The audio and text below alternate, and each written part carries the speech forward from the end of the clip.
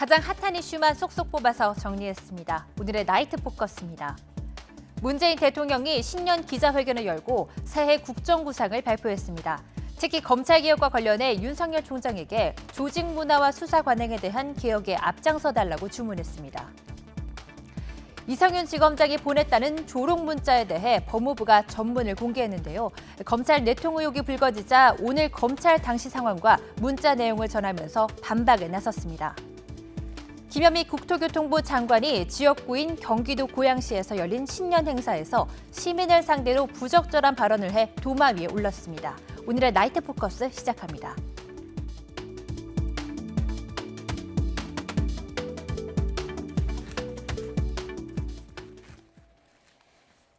먼저 오늘의 패널 두 분부터 소개해드리도록 하겠습니다. 최영일 시사평론가, 이종훈 정치평론가 나오셨습니다. 안녕하세요. 안녕하세요. 네, 안녕하세요.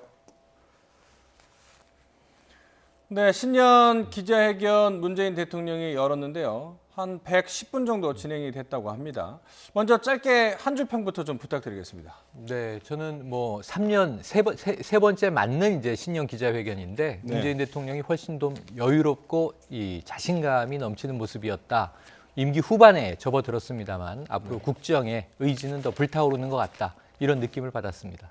어떻게 보셨어요? 글쎄요, 기자들이 많이 약하다 이런 느낌을 받았습니다. 그러니까 사실은 그 기자들이라고 한다면 조금 더 예리한 질문을 좀 할 법도 했는데 질문 자체가 너무 좀 두루뭉실한 질문들이 좀 많았던 게 아닌가 이렇게 생각이 돼요. 좀 구체성이 좀 떨어지는 그런 그러니까 좀 원론적인 질문도 많았고 그러다 보니 대통령의 답변도 역시 상당히 좀 원론적인 수준에 머물렀던 거 아닌가. 이런 기회가 좀 더 많아져야 되지 않을까 이런 생각을 했습니다. 예. 좀 날카로움이 좀 부족한 기자회견이었다. 이렇게 정리를 해주셨는데요. 자, 회견이 시작되자마자 여러 질문들이 쏟아졌습니다. 이 무엇보다 관심은 윤석열 검찰총장에 대한 신임 여부에 쏠렸는데요. 문 대통령의 답변 들어보시죠. 윤석열 총장이 6개월 동안 검찰총장으로서 수행해온 그 직무에 대해서 좀 어떤 입장을 갖고 계시고 어떻게 평가하고 계신지 좀 구체적으로 질문드리고 싶습니다. 윤석열 총장은 이른바 엄정한 수사, 그다음에 권력에도 굴하지 않는 수사 이런 면에서는 이미 국민들로부터 신뢰를 얻었다고 생각합니다. 저는 그 점에 대해서 검찰도 민주적 통제를 받아야 하는 기관이다라는 점에 대해서 좀 더 분명히 인식하면서 국민들로부터 비판을 받고 있는 검찰의 어떤 조직 문화라든지 수사관의 이런 부분을 고쳐 나가는 일에까지 윤 총장이 앞장서 준다면 국민들로부터 훨씬 더 많은 신뢰를 받게 되리라고 그렇게 믿습니다. 그러니까 이제 윤석열 검찰총장이 이끄는 검찰에 대해서 높은 평가도 했고 앞으로 해야 될 과제들에 대해서도 설명을 했지만 신뢰하느냐 이 질문에 대해서는 가타부타 대답을 안 했는데 네. 그냥 넘어간 것일까요? 아니면 다른 답변을 하다가 놓친 아니요. 걸까요? 저는 신뢰한다. 강하게 신뢰한다라는 표현이라고 봐요. 그래요? 뭐냐면 이제 기자들이 궁금한 건 대통령의 의중은 뭡니까? 라고 질문을 한 것이지만 대통령은 사실은 공직 아니겠습니까? 그러니까 개인적인 이 소외 문제가 아니라 자, 권력에 굴하지 않는 수사로 일부 국민이라고 하지 않았고요. 그냥 국민, 통칭해서 국민의 신뢰를 받고 있다. 이게 또 약간 이제 이 뭔가 끝이 흐린 말이 아니라 딱 부러지는 문장으로 끝났어요. 이건 뭐냐면 대통령은 누구인가? 국민의 대표인 것이죠. 근데 국민의 대표 입장에서 국민이 신뢰하는 윤석열 검찰총장 수사에 대해서만은 잘하고 있다고 평가한 것으로 저는 보기 때문에 이것은 해석이 오늘 또 이상하게 불신임 아니냐, 마지막 기회를 준 것이다 이런 해석들도 언론에 나오던데요. 저는 대통령 입장에서 그냥 깔끔하게 신임하는 것으로 표현한 것으로 인정합니다. 동의하시나 보죠? 저하고는 감이 많이 다른데요. 예. 예. 저는 그러니까 신뢰 3, 질책 7이었다라고 생각합니다. 그러니까 전체적인 발언을 이제 물리적으로 그냥 기계적으로 이렇게 양적 비교를 하더라도 그렇고 실제 내용 면에서도 좀 그랬던 거 아닌가.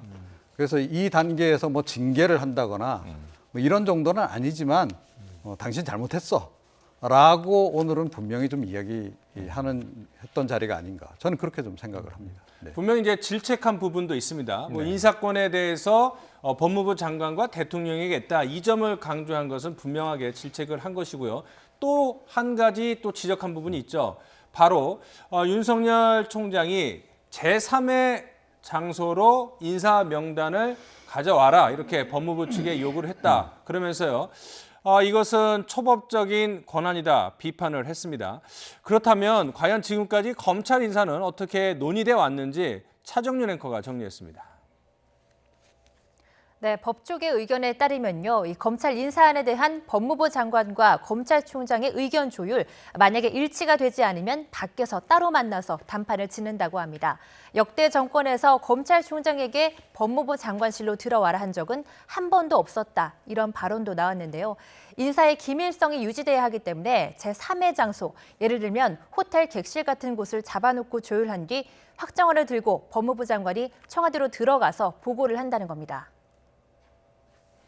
그러니까 검찰 고위간부 출신들의 이야기들을 정리를 해보면 검찰 인사를 앞두고 법무부 장관과 검찰총장이 제3의 장소, 특히 뭐 호텔, 고급 객실에서 모여서 밀담을 나눈다. 그 이유는 비밀 유지를 위해서다. 이런 얘기가 나왔는데 대통령은 이 부분에 대해서 이제 초법적인다. 이렇게 맞습니다. 비판을 했거든요. 어떻게 생각하세요? 그러니까 이건 일차적으로 저는 이종훈 박사님 말씀에 일부 동의하는 것이 추미애 장관이 이 진실 공방의 과정에서 인사위원회가 열린 날 인사 발표가 난 이후에 검찰이 거기에 대한 입장문도 전후에서 내고 반박이 있었고요. 법무부의 반박도 있었는데 진실 공방이 있었죠. 그런데 추미애 장관이 자, 제3의 장소로 오라고 하더라.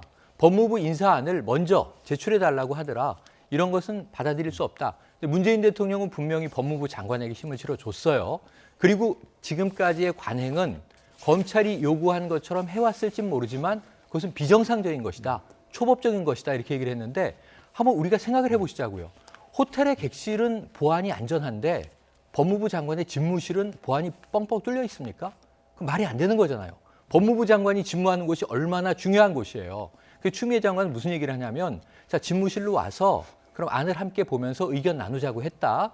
그런데 문제는 이거 제3의 장소로 오라고 했다. 이 검찰 인사, 고위급 인사안은 이것은 대외비이다. 그러니까 이건 집무실에서 보는 게 맞다.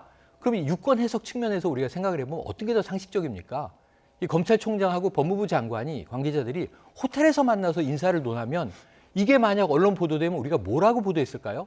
밀실 인사라고 하지 않았겠습니까? 근데 집무실은 우리가 밀실이라고 부르지 않죠. 공개적인 공간과 그렇지 않은 이 사적인 장소 어디가 더 수상한 겁니까? 그래서 저는 대통령의 말씀에는 상식적으로 틀린 게 하나도 없고 지금까지 그래 왔더라 하더라도 관행이라 하더라도 지금부터 그것을 바꾸는 것이 검찰 개혁에 한 발 한 발 나가는 단계 아니겠느냐는 말에서 이걸 부정할 국민이 있으면 안 되는 것 아닌가요? 그러니까 이제 그런 면에서는 좀 의문은 듭니다. 왜 정부 청사나 장관 집무실을 놔두고 굳이 국민의 세금을 써가면서 호텔에서 밀담을 나눴을까? 네. 그러니까 집무실에서 논의를 하는 게 정상인 거 맞습니다. 네. 예, 그리고 앞으로 그렇게 해야 되는 거 맞고. 네. 자, 그러면 이번에 설명을 했어야죠. 과거의 전례는 그러했으나 지금 추미애 장관이 내가 장관이 된 이후부터는 이렇게 하기로 했으니 협조해 달라라고 이야기를 했으면 윤석열 총장이 제3의 장소로 뭐 예전처럼 그렇게 하시죠라고 이 얘기를 했을까요? 저는 안 그랬을 것이다라고 봅니다. 그러니까 기존에는 또 이 안도 이 법무부에서 먼저 내놨다는 거 아니겠어요? 근데 이게 하급 기관이어서 먼저 내놓는 게 아니고 사실은 상급 기관이기 때문에 먼저 내놓는 겁니다. 법무부에 이 검찰국장을 두잖아요. 인사권, 예산권 사실은 법무부가 다 장악하고 있습니다. 그래서 거기서 먼저 안을 만들어서 검찰총장에게 보여주죠. 자, 이렇게 하려고 하는데 총장 생각 어떠시오? 그럼 총장이 이건 좀 곤란합니다. 이러면서 조율을 하는 겁니다. 자, 조율이 잘 안 될 경우에 이제 제3의 장소로 간다는 건데요. 이거는 저는 나름 이유가 있었을 것이다라고 봐요. 그러니까 검찰 인사는 굉장히 민감하기도 하지만 자, 장관실에서 뭐 굉장히 긴 시간 동안 인사 문제를 가지고 논의를 하면 뒷말이 안 나올까요? 내지는 언성이 뭐 높아지고 이러는 게 밖에서 들리면 또 어떤 얘기가 흘러나갈까요? 민원 전화도 올 수 있겠죠. 뭐 기자들도 다 지금 이제 사실은 거의 상주하다시피 하고 인사철 되면 그런데 검찰총장실에서 만나더라도 마찬가지. 자, 그런 점들을 의식을 해서 사실은 좀 남의 눈이 안 띄는 곳에 가서 그렇게 했을 가능성은 전 있다라고 봅니다. 그러니까 정상적인 방식은 아니나 약간의 이제 편법을 동원했던 거죠. 근데 그게 일종의 이제 전례처럼 이제 굳어졌던 건데 그거하고 상관없이 그럼 지금부터 우리는 그냥 전공법으로 하겠다. 네. 다 좋은데 그렇더라도 설명하고 설득하는 과정을 굳이 그렇게 생략할 필요가 있었을까? 네. 예, 그런 점은 좀 아쉽게 생각을 합니다. 예. 네, 알겠습니다. 자, 이제 또 다른 관심 내용이죠. 조국 전 장관에 대해서 문 대통령이 자신의 소회를 공개했습니다. 마음에 빚이 있다면 이제 애틋한 마음을 내비쳤는데요. 문재인 대통령이 그동안 조국 전 장관에 대해서 오래전부터 이 애정 어린 표현을 했는데 발언들을 한번 모아봤습니다. 들어보시죠. 어떤 분이 법무부 장관이든가가 사실은 검찰개혁의 핵심 중에 하나입니다. 사실은 누구를 임명하실 것인지. 여러분 우리 그 조국 교수님 어떻습니까? 본인이 책임져야 할 명백한 위법 행위가 확인되지 않았는데도 의혹만으로 임명하지 않는다면 나쁜 선례가 될 것입니다. 국민들에게 오히려 갈등을 주고 또 국민들을 또 분열시키게 만들고 한 점에 대해서는 정말 송구스럽다는 말씀을 드리고 다시 한번 이렇게 사과 말씀을 드립니다. 저는 국민들께도 좀 호소하고 싶습니다. 이제는 검경수사권 조정 법안까지 다 통과가 되었으니 이제는 조국 장관은 좀 놓아주고 앞으로 유무죄는 그냥 재판 결과에 맡기는. 네, 조국 전 장관에 대한 문 대통령의 애정, 신뢰 얼마나 깊은지 한번 살펴봤는데, 자, 가장 관심을 가는 거는 이제 조국 전 장관을 놓아주자라는 게 어떤 뜻일까요? 네, 지난해 5개월 동안 조국 논란으로 광장이 분열됐다. 우리가 여러 이야기들을 뉴스에서 이제 매일매일 분석하고 진단해 왔죠. 그런데 이게 일단락된 것이 해를 넘기기 전 12월 31일 마지막 날 적어도 조국 장관과 관련된 일가 의혹들, 그게 이제 입시 비위 문제라든가 사모펀드 문제라든가 심지어는 인턴십 수료증을 위조해냈다라든가 이런 것들은 다 11가지 혐의로 정리가 돼서 불구속 기소가 됐습니다. 이제 구속에는 실패했어요. 그러니까 법정에서 재판에서 유무죄를 다퉈야 됩니다. 그러니까 이건 재판의 결과를 우리가 지켜봐야 되고요. 12월에 또 새롭게 터진 것이 유재수 관련 의혹, 당시 민정수석 시절이죠. 또 하나는 울산시장 관련해서 하명 수사가 있었냐 없었냐. 이거는 올해까지 진행 중입니다. 이건 현재까지 의혹이죠. 수사 대상이기도 하고. 그러니까 아직까지도 어떤 위법해서 처벌된 게 없어요. 계속 지켜봐야 되는 사안이에요. 그 시점에 이 신년 초에 조국 장관에 대해서 묻는 인간적인 소회라고 봅니다. 오늘 기자회견 중에 가장 유일하게 대통령으로서라기보다는 인간적인 소회, 정치 동지로서 아까 이제 콘서트 장면도 나왔습니다만 여기서 전 떠오르는 게 김경록 PB가 알릴레하고도 인터뷰를 하고 KBS하고도 인터뷰에서 좀 논란이 있었는데 그 공개된 전문을 보면요. 이런 이야기를 합니다. 정경심 교수는 가장 남편을 청와대에 뺏긴 것 같아서 멀어지는 것이 두려웠다. 그래서 재산이라도 내가 지켜보자라고 열심히 재테크 공부를 했다. 이런 이제 진술한 대목이 있어요. 그게 가족의 입장에서 이 우리 아빠를 남편을 가장을 청와대에 뺏겼다. 뭐냐 민정수석으로 일을 하다가 이제 검찰개혁에 더 큰 일을 하라고 사법개혁하라고 법무부 장관으로 또 이제 후보 지명되지 않았습니까? 이런 과정에서 이제 가족들의 불안한 시각을 보는 시선을 PB가 대신 얘기를 했어요. 문재인 대통령은 그런 측면으로 돌아본 것 같아요. 그러니까 이 유무죄 여부는 재판으로 판결이 날 것이고 수사 중인 사안도 있는데 조국이라는 인간 자체에 대해서는 빚진 마음이다. 이건 인간적인 동지감 아닐까 하는 생각을 해봅니다. 그러니까 인간적인 고뇌 그리고 감성적인 측면에 대해서 이제는 강조를 해주셨는데 어쨌든 간에 말씀해 주신 것처럼 재판이 진행 중인데 1심 결과는 아직도 나오지도 않고 심지어 검찰 수사가 진행 중인 것도 있습니다. 이런 상황에서 과연 놓아준다는 것이 가능할지 저는 의문입니다. 저는 오히려 문재인 대통령이 이제 조국 정국으로부터 놓여나고 싶다는 얘기를 하신 것 같다는 느낌을 더 강하게 받았어요. 예, 탈조국하고 싶다라는 그런 심정을 오히려 좀 이야기한 거 아닌가 그런 생각이고 그다음에 조국 전 장관에 대해서 저렇게 애틋한 마음을 굳이 이렇게 공식 석상에서 이야기하실 필요가 있었는가 이런 생각도 좀 한편에서는 들었어요.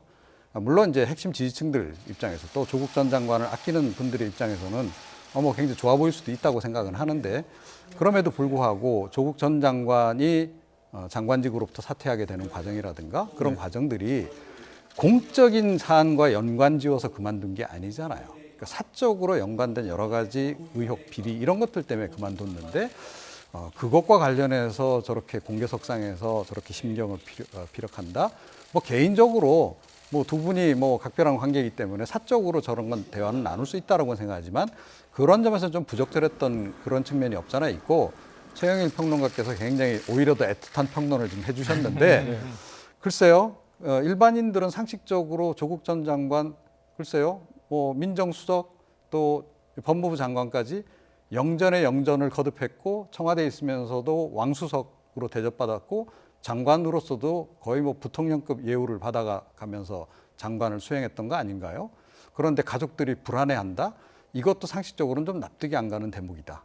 이런 말씀을 안 드릴 수가 없습니다. 네, 알겠습니다. 자, 그런데 오늘 기자회견에서 어떤 기자가 그 임기가 상당히 남은 문재인 대통령에게 퇴임 이후 뭐 할 거냐라는 질문을 하기도 했습니다. 노무현 전 대통령이 퇴임한 이후 고향 봉하마을로 갔듯이 문 대통령도 퇴임 이후에 경남 양산 자택으로 돌아갈 거란 관측이 나오고 있는데요. 차정윤 앵커가 정리를 해봤는데요. 한번 차정윤 앵커가 정리한 내용 한번 들어보시죠. 네, 경남 양산의 매곡마을 문재인 대통령이 당선 전까지 머물렀고 퇴임 후에 돌아가겠다고 수차례 밝힌 곳입니다.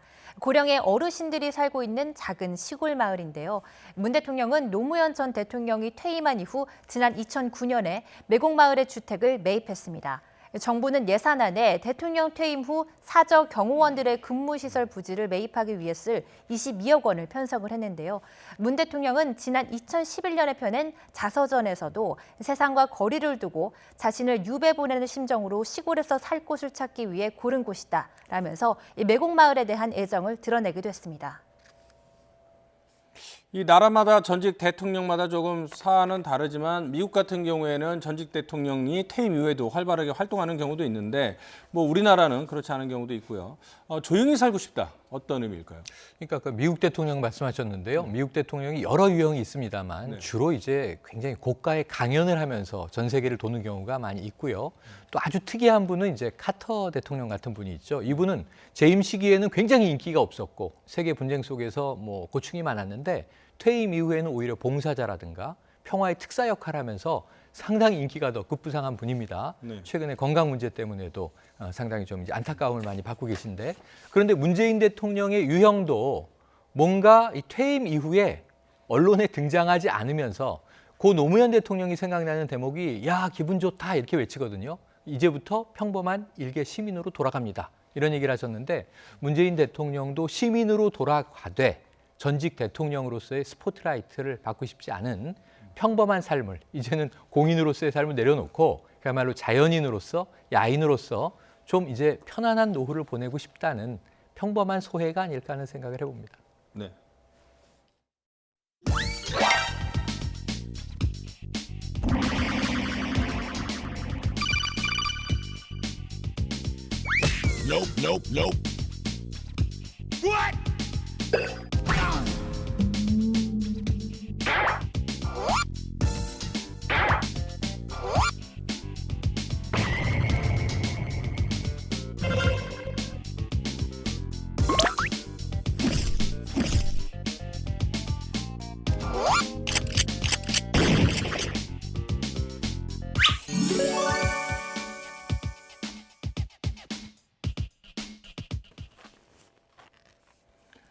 먼저 이른바 조롱문자 논란부터 살펴보도록 하겠습니다.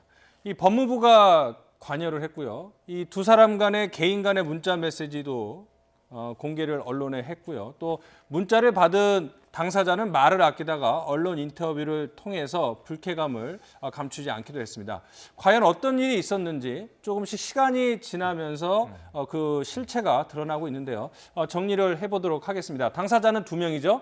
당시 직책으로 설명을 드리면 강남일 당시의 대검차장과 이성윤 당시 법무부 검찰국장을 앞서 설명드린 대로 검찰 인사와 예산을 담당하고 이성윤 검찰국장은 지금은 3대 요직 중의 하나인 서울중앙지검장으로 취임을 했는데요. 시점은 7일 밤입니다. 강남일 대검차장은 사실 검찰 인사위에 참여하는 당연직 위원입니다. 그러니까 검찰 인사위원회가 언제 열리는지 무슨 논의를 하게 될지를 알아야 되는데 7일 밤, 그러니까 인사위가 열리기 하루 전날까지도 이런 사실을 몰랐고 뉴스를 통해서 검찰 인사위원회가 8일 날 개최된다는 사실을 알게 됐습니다.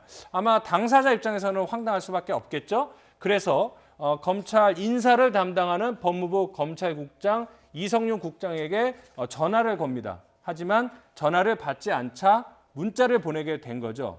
그런 상황에서 저희가 계속 보도를 해드린 대로 시내 어떤 보살핌이 있기를 바란다 이런 문자를 받으면서 조롱 문자 논란이 확산되고 있는데 자, 이 내용에 대해서 어떻게 보세요? 네, 처음에 이게 공개된 것은 이제 주광덕 의원이 제기한 문제죠. 그러니까 이제 한 3대목 정도를 꼽아서 그때는 전문이 공개되지 않았습니다.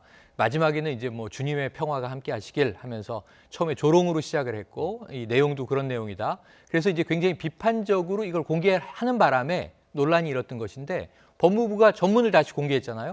전문을 보면 주광덕 의원의 얘기하고는 조금 이제 뉘앙스가 다릅니다.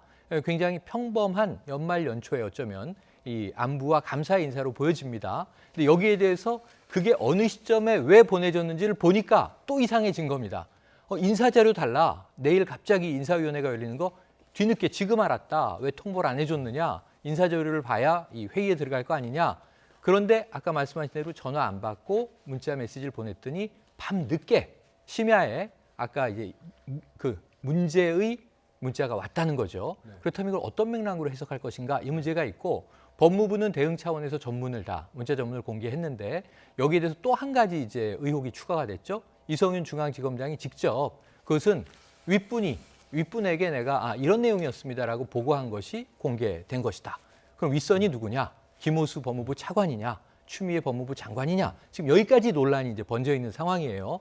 저는 조금 더 양쪽의 입장은 각각의 일리가 있어 보이는데 네. 문제는 이제 이 사이를 메꾸는 진실이 더 법무부와 검찰 사이에서 드러나야 할 것으로 보여지고 이것은 아까 문재인 대통령 답변에 대해서 분석을 드린 바 추미애 장관과 결국은 윤석열 검찰총장의 인사위원회 막전 막후를 둘러싼 공방의 연장선에 있는 것이다. 네. 그래서 사실은 이 사안이 문제가 아니라 장관과 총장이 면대면 한다는 이 보도도 나왔었거든요. 빨리 만나서 이 문제를 매듭지어야 한다라고 봅니다.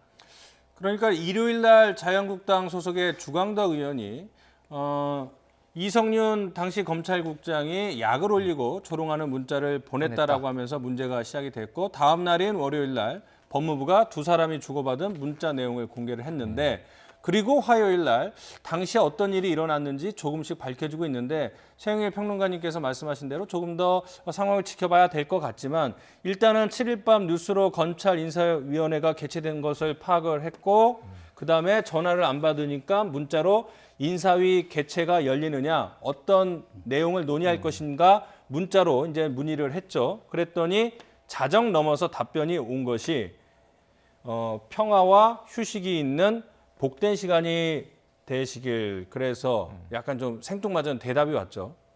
이 평론가님 어떻게 보세요? 그러니까 두 가지 점이 좀 눈에 띄잖아요. 그러니까 좀 동문서답이다 하는 거 하나고 또 뭐 두 분 사이가 얼마나 가까운 사이인지는 모르겠으나 그렇게 가까웠던 사이 같지는 않은데 그럼에도 불구하고 너무나 극진한 표현을 써가면서 문자 메시지를 보냈다. 그리고 본래 물었던 질문하고는 전혀 다른 내용이었다라고 하는 그 점을 눈여겨본다면 그러니까 이런 경우 있잖아요. 어떤 때는 칭찬도 욕인 경우가 있습니다. 그죠? 그러니까 그런 거로 이건 맥락상으로는 볼 수밖에 없다. 그래서 문자를 서로 그 주고받은 그 내용으로 봐서는 제가 보기에는 뭐 이성윤 신임 그 서울중앙지검장이 저거는 예의에 좀 어긋나는 행동을 했다라고 저는 생각을 해요. 자, 그런데 이걸 공개한 것 그건 그럼 온당했는가? 주광덕 의원이 공개를 했는데 어떤 경위를 통해서 뭐 그런 정보를 획득을 해서 뭐 했는지 뭐 그야말로 빨대가 있어서 그런 건지 잘 모르겠으나 주광덕 의원이 이걸 공개한 건 명확하지 않습니까? 정치적으로 이걸 활용하겠다라는 건데 지금 이 국면에서 이런 걸 자꾸 이렇게 정치적으로 이슈화하는 것이 그러니까 과연 뭐 검찰의 정상화, 개혁 또는 그 이번에 그 상당히 그 좌천에서 그 좀 약간 절망하고 있을 분들에 대한 어떤 배려 이런 차원에서 이거 볼 때도 과연 이게 적절했는가? 네. 별로 적절하지 못했다. 저는 그렇게 생각합니다. 그러니까 여기서 잠깐 토를 좀 달면 아까 제가 말씀드린 추미애 장관과 윤석열 검찰총장 사이의 진실 공방의 과정에 이게 끼어 있다고 하는 게 자, 추미애 장관이 나중에 공개한 것이 자, 8일 11시에 인사위원회가 열렸지 않습니까?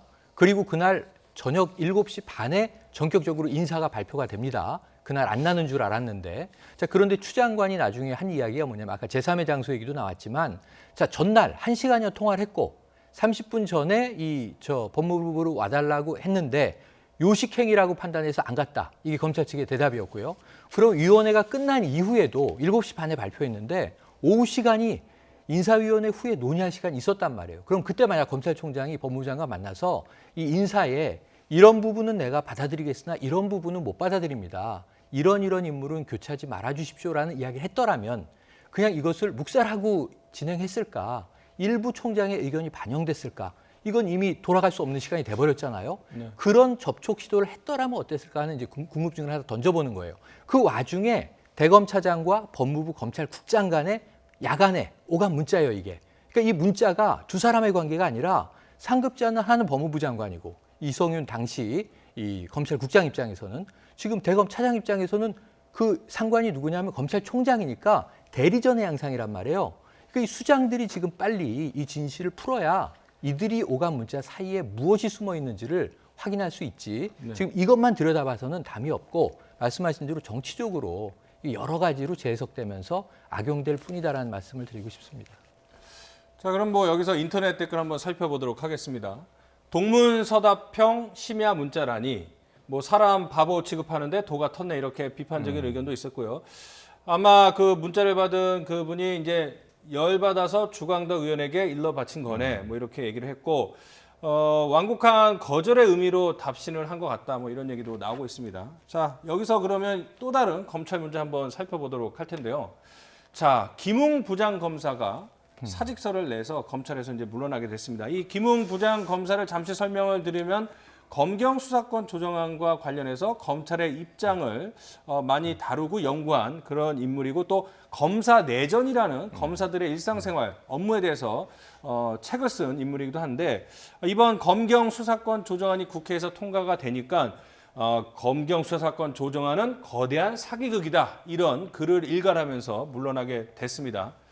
김웅 부장검사가 검경 수사권 조정안은 거대한 사기극이다 이렇게 평가를 했는데 여기에 대해서 이 평론가님 어떻게 생각하세요? 이제 이분께서 이제 사기죄 전문이시라는 그렇죠. 것 아닙니까? 네. 자기가 사기죄에 대해 잘 아는데 이거는 사기극이다 이렇게 이제 규정을 짓고, 그러니까 이 경찰 공화국으로 이제 가는 길을 지금 이제 현 정부가 걷고 있고 이건 결국 선거와 연관해서 경찰을 이제 활용하기 위한 그런 의도 아니냐 이제 이런 식으로 이제 쭉 이제 기술을 했더라고요. 했는데. 우선 한 가지 지적해야 될 점은 그러니까 이분이 상당히 그 연성 검사라는 겁니다. 그러니까 검찰에도 윤석열 그 검찰총장처럼 강성 검사가 있고 연성 검사가 있는데 이분은 굉장히 연성 검사고 조금 전에 그 책 얘기도 했습니다만 형사부의 그 이제 그냥 소소한 평범한 검사의 얘기를 이제 쓴 그런 거고요. 사실은 그 책의 내용도 그렇고 형사부에서 소속해서 일을 했던 것도 그렇고. 따지고 보면 문재인 정부에서는 가장 우대받아야 될 검사류입니다. 검찰 내에서도. 그죠? 특수부 출신도 아니고. 자, 그런데 이런 사람마저도 등을 돌리고 나가는 것, 이걸 과연 긍정적인 징후로 봐야 할까? 그러니까 이거는 조금 그 두고두고 이게 은근히 아픈 지점으로 남게 될 가능성이 꽤 있다라고 저는 진단을 내리고 싶습니다. 김웅 부장검사 같은 이 검경 수사권 조정안이든 아니면 법무부나 청와대의 검찰 압박에 대해서 불만을 품은 일선 검사나 고위, 중간 간부들이 얼마나 연쇄적으로 사표를 쓰게 될지 좀 관심인데요. 일단 검경 수사권 조정안 얘기가 나왔으니까요. 그 수건을 잃은 경찰의 입장은 어떨지 이영세 수사구조 개혁 단장의 이야기부터 먼저 들어보도록 하겠습니다. 일단 지휘가 폐지된다는 건요. 기존에는 현재까지는 경찰은 수사의 보조자입니다. 그냥 중간 과정일 뿐이고 검사의 심부름하는 역할인 거죠. 경찰이 정상적으로 검사의 의사에 반해서 정상적인 수사가 진행이 불가능했습니다.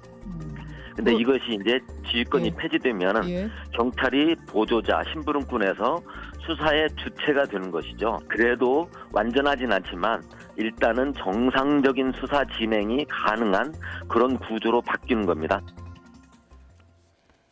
아주 압축적으로 설명을 하자면 그동안 경찰은 검찰의 심부름꾼이었다 이렇게 설명을 네, 했는데 네. 예, 맞다고 보시나요?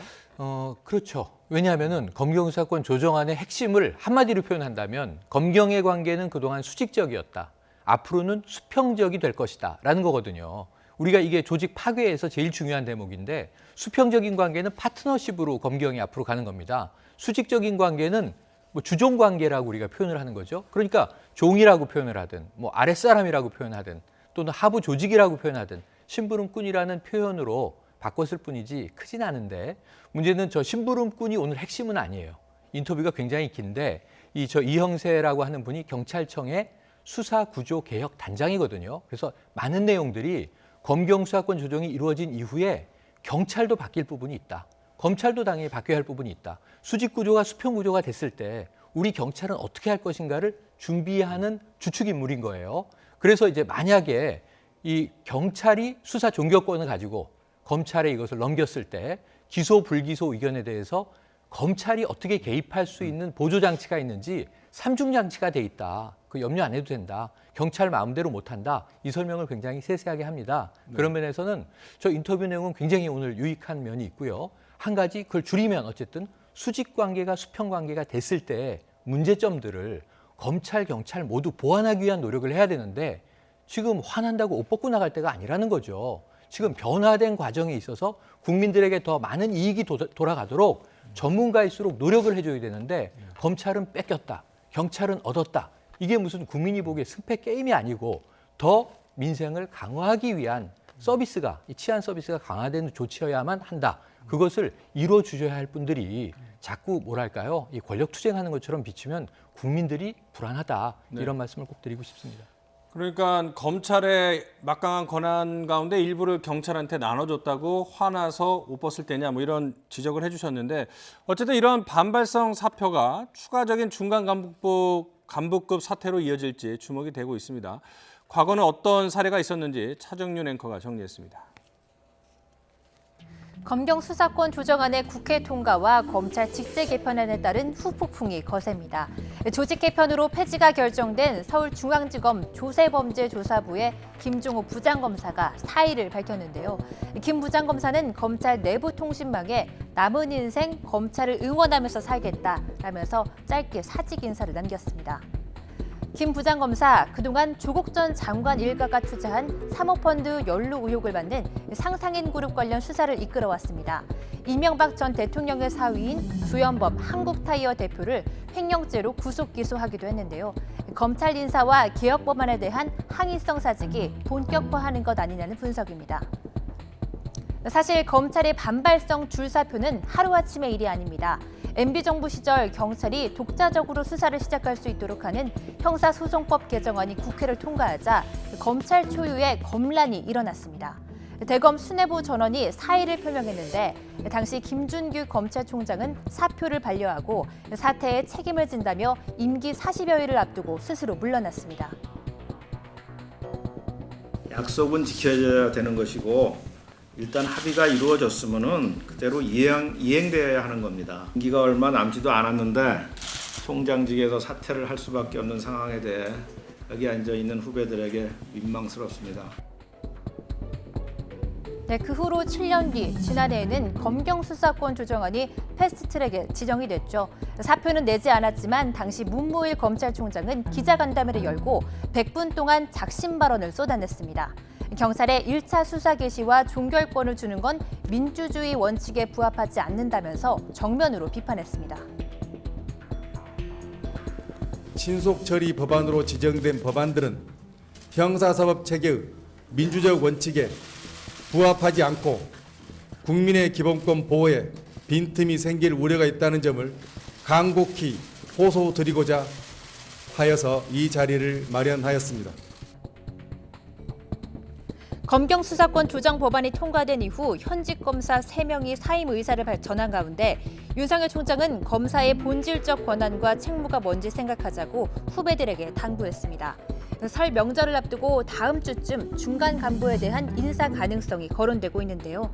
결과에 따라 검란 수준의 항명성 사퇴가 줄을 이을 거란 전망도 나옵니다. 네, 화면 좀 보실 필요가 있을 것 같은데요. 이문정 부장검사 얼굴 좀 낯이 익으실 텐데요. 그동안 검찰 내부의 부조리를 고발을 하고 공개적으로 비판한 인물이기도 합니다. 그런데 최근에 인사거래 제안을 받았다 이렇게 폭로를 하기도 했습니다. 그랬더니요.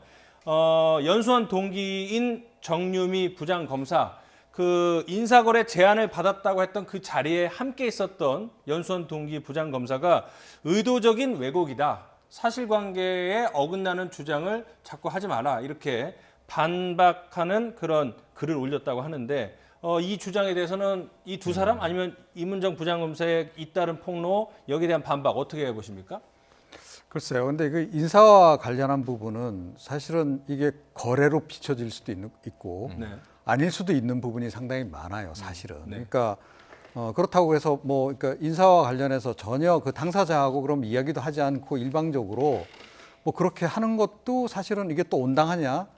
이것도 좀 따져볼 필요가 있는 거죠. 나도 모르는 새에 갑자기 내가 좌천이 됐다. 또 나도 모르는 새에 갑자기 내가 원하지도 않는 엉뚱한 자리에 가 있다. 이것도 과연 바람직하냐? 그리고 실제로 그렇게 하느냐? 아니다라는 거죠. 실제로 인사를 진행되는 과정에서는 기관 내에서 계속 이 논의합니다. 그리고 당사자에게도 물어보기도 하고 뭐 이러이러한 자리가 가능할 것 같은데 혹시 그 중에서 뭐 선택하라고 하면 어느 쪽을 더 선호하느냐라고 물어보기도 하고 이런 얘기들을 상시적으로 많이 해요. 아시다시피 공무원들이 가장 민감하게 반응하는 게 이 인사 문제고 이게 또 뒷말이 가장 많은 것도 인사 문제이기 때문에 윗분들도 인사하는 과정에서 아랫사람들 그 당사자들에게도 계속 수시로 의견을 물어보거든요. 아, 자네는 뭐 이번에 거기 가고 싶어 하지만 내가 이번에 도대체 이거는 보내줄 수가 없다라고 이렇게 설득도 하고 네. 이런 과정들이 있는데 이거를 다 거래라고 지금 이야기를 하기 시작하면 정말로 일상적으로 모든 조직 내에서 거래가 이루어지고 있는 거나 다름없는 그런 측면도 분명히 있는 거예요. 그래서 제가 보기에는 이문정 부장검사 물론 이제 그동안에 그러니까 상당히 저는 뭐 그 검찰을 자정시키는 과정에서 역할을 많이 했다라고 생각하는데요. 그러니까 이게 너무 본인이 좀 그동안에 피해를 많이 겪다 보니까 좀 과민 반응을 지금 하고 있는 부분도 조금 있는 것 같다. 저는 그렇게 생각합니다. 네. 자, 이번엔 다음 주제로 넘어가 보도록 하겠습니다. 김현미 국토부 장관이죠. 이번 총선에 불출마를 선언을 했는데 지역구 행사에 참석을 했습니다. 그래서 그동안 자신을 지지해준 유권자들, 지역 주민들에게 감사의 인사를 했는데 이 과정에서 동네 물이 나빠졌네라는 발언을 한 것이 논란이 일면서 비판을 받고 있습니다. 뭐 오해도 있을 수 있을 것 같고 어떻게 보세요? 그럼에도 불구하고 네. 저 말이 나온 것이 팩트라면 지금 뭐 사실상 팩트로 지금 밝혀지고 있거든요. 그럼 상당히 잘못한 일이죠. 너무너무 잘못한 일입니다. 주민이 과연 이 지역이 나아졌다고 생각하시느냐? 이 지역구 의원이기도 하고 또 어떤 면에서는 지금 이제 국토교통부 장관이기도 한데 지금 우리 지역이 나아졌다고 생각하시느냐라는 항의성 이 질문을 반복한 거예요. 그러니까 네네네 대답을 하다가 이게 우리 지역이 물이 나빠졌네라고 하는 것은 들으라고 한 얘기가 되고 대놓고 한 얘기가 되고 그 의원 입장에서 보면은 유권자, 주민에 대해서 상당히 모욕적인 발언을 한 것이고 국토교통부 장관이라 하더라도 고위 공직자가 국민에 대해서 이것은 또 막말을 한 사례가 될 수 있습니다. 그래서 어떻게 봐도 잘못된 건데 국토부에 이제 기자들 질의가 들어갔는데 국토부 입장은 뭐냐면 정치인으로 지역 행사에 참가한 거기 때문에 정치인 자격이고 국토교통부 장관의 입장은 아닌 것으로 본다. 국토부는 입장 낼 것이 없다. 이런 이제 답변이 왔다고 해요. 어쨌든 이게 장관이든 의원이든 상관없으나 양쪽 다 잘못이지만 지금 현재는 겸직이잖아요. 총선 불출마 선언했습니다. 그러니까 이제 4월 총선에서는 후보로 볼 수 없겠지만 그럼 국토장관 일을 계속 해야 되는데 저는 이게 국민이거나 유권자이거나 주민이거나 어떤 측면으로 봐도 이건 정말 즉시 사과해야 되는 일 아닌가. 좀 빨리 좀 사과가 나와야 될 문제라고 봅니다. 저도 이제 동영상을 봤는데 어떤 사람인지 저도 잘 모르겠습니다. 그리고 왜 찍었는지 잘 모르겠지만 계속 휴대전화로 그 김현미 장관을 쫓아다니면서 일산이 고양시가 망쳐졌다라는 질문을 계속 수도 없이 하니까 김현미 장관이 웃으면서 대응을 하거나 애써 무시하다가 결국은 동네물이 나빠졌다 이런 발언을 하게 됐는데 이와 관련해서 어떤 네티즌은 보수 유튜버의 악의적인 행동에 한마디 한 것이다 이렇게 옹호를 하기도 했고요. 뭐 한 거 있다고 동네 욕을 하는지 부동산 정책은 일산에서만 통했다. 그러니까 부동산 정책이 효과가 없었다라는 비판적인 얘기였고요. 집값, 그러니까 일산 쪽 집값 안 오른다고 왜 죄 없는 장관에게 욕을 했느냐. 뭐 이런 옹호하는 발언도 있었는데 이유를 막론하고 잘못됐다. 이렇게 최평론가님 말씀하셨는데 저는 예. 보수 유튜버냐 아니냐가 크게 상관없어요. 예전에 똑같은 사건이 있었는데 민경욱 의원이 문제 제기하는 당신 싫다고 이야기하는 이 시민에게 침을 뱉었다라는 논란이 있었어요. 민경욱 의원이 직접 이야기를 전 듣기도 했습니다. 목이 안 좋아서 고개를 옆으로 돌리고 침을 뱉은 것이지 오해가 나서 이게 굉장히 논란이 된 것이다. 그게 의미가 없고 정치인으로서는 일단 사과하는 게 맞다니까요. 이런 경우에는. 그 상대의 성향이 중요한 게 아니에요. 그러니까 이게 화제가 돼서 지금 언론에 나가고 있는 이상은 사과가 어려운 게 아니에요. 공직자가 자꾸 고개 숙이는 거는 좋은 겁니다. 뭐 이론의 여지가 없는 건가요? 오늘 처음 의견이 일치하네요. 네. 네. 뭐 저 특별히 할 얘기 없고요. 네. 이건 뭐 마치 정치하는 분이잖아요. 네. 유권자의 표를 먹고 사시는 분께서 앞으로 정치 안 할 것도 아니시고 뭐 어제까지 먹던 우물에 침 뱉고 나 다신 우물 안 먹어 하고 되돌아선 사람 치고 네. 다시 그 우물 안 찾는 사람 별로 못 봤습니다. 네.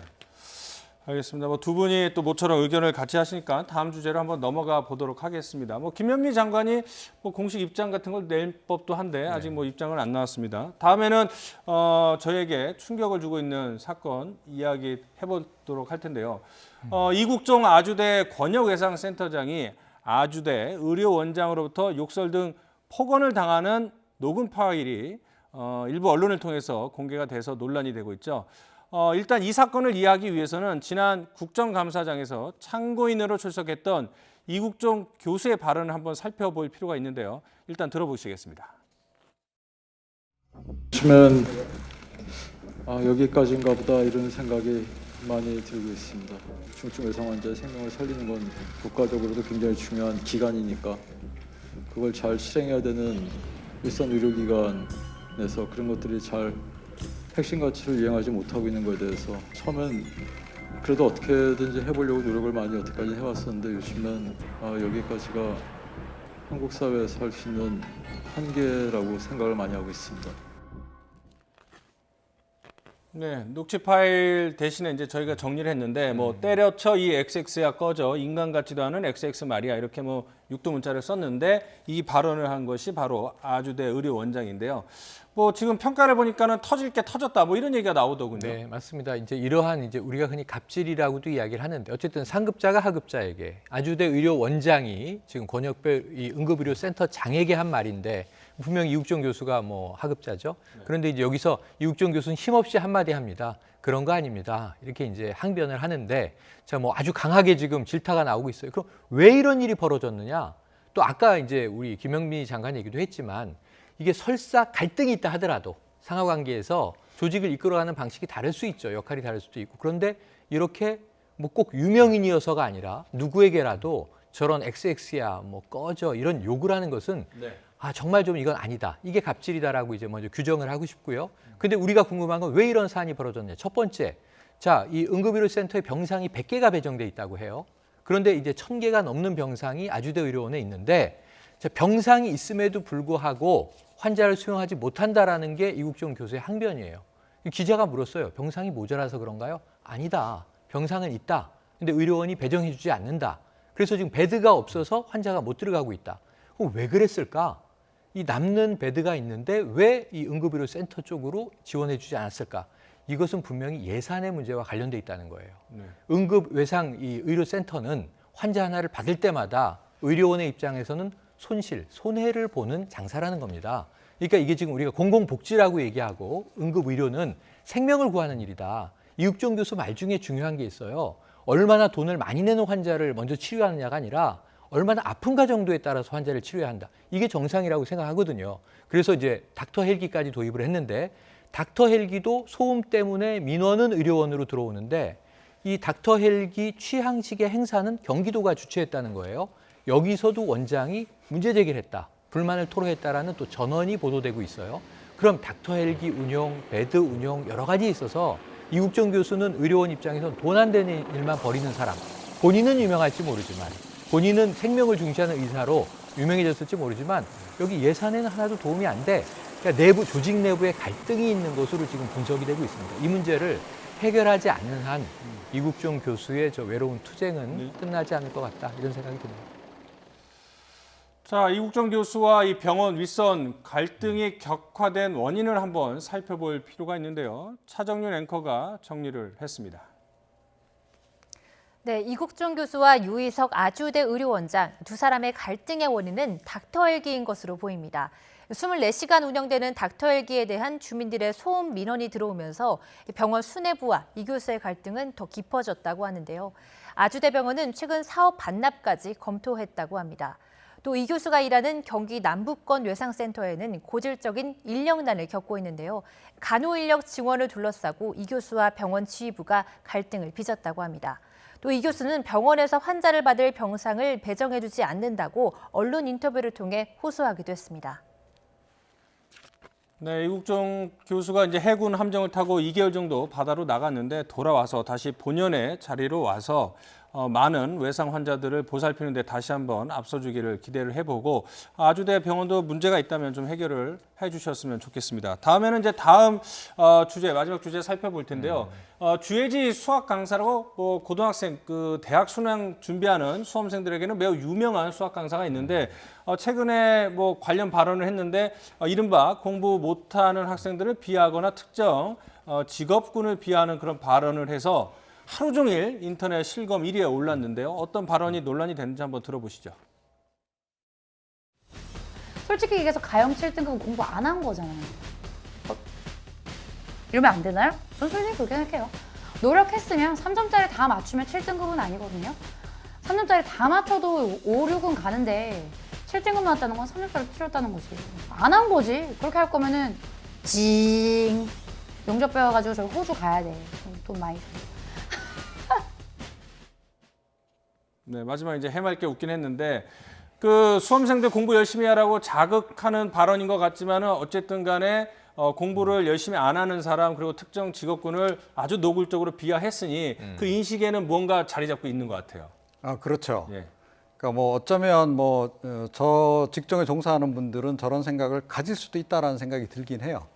그러니까 아이들을 독려해야 되는 거고 늘 또 서열을 매겨야 되는 그런 직종이기도 하고 성적 잘 받도록 또 애써야 되는 직종이기도 하니까 이제 그렇긴 한데 자극하는 방식치고는 조금 좀 비열한 방식을 썼다. 네. 이렇게 봐야 되겠죠. 그러니까 직업에 대한 차별적인 의식이 좀 담겨 있는 거 아니겠어요? 용접하는 일이 얼마나 귀중한 일인데 왜 그 일을 저렇게 비하하는 식으로 발언했는가? 네. 그 부분이 이제 문제가 되는 거고요. 네. 그리고 행복은 성적순이 아닌 거 제가 좀 살아보니까 더욱더 지금 요즘에 절실하게 깨닫고 있거든요. 네. 근데 왜 자꾸 여전히 저렇게 성적순으로 모든 거를 재단하려고 하는 분들이 있을까? 성적이 그런 좋아서 생각도 좀 행복하시다는 건가? 어떤 의미시죠? 행복은 성적순이 아닌데 네. 그거를 일단 지금 행복하신가요? 점차 나이를 들면서 더욱더 네. 그걸 제가 동창회 나가서도 많이 깨닫거든요. 네. 예, 학교 다닐 때 공부 잘했던 친구가 꼭 사회적으로 성공한 것도 아니고 그런데 왜 여전히 저런 생각을 가지고 저런 생각을 강요를 할까? 네.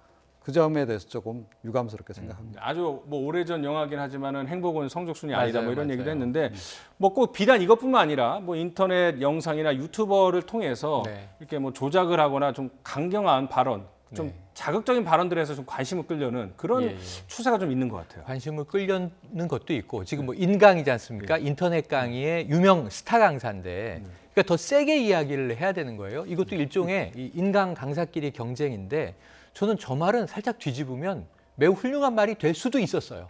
왜냐하면 최근에 몇 해 전에 미국의 유명 글로벌 기업 CEO가 당신 자녀는 뭐 좋아합니까? 미래 장래 희망이 뭡니까? 그러면서 무슨 얘기를 하냐면 이런 얘기를 해요. 대학 보내지 마라. 대학 졸업해봐야 고학력 실업자들만 양산한다. 이 자식들에게 기술을 가르쳐라. 차라리 배관공이나 용접공이 훨씬 더 미래에는 돈을 많이 벌고 각광받는 직업이 될 것이다.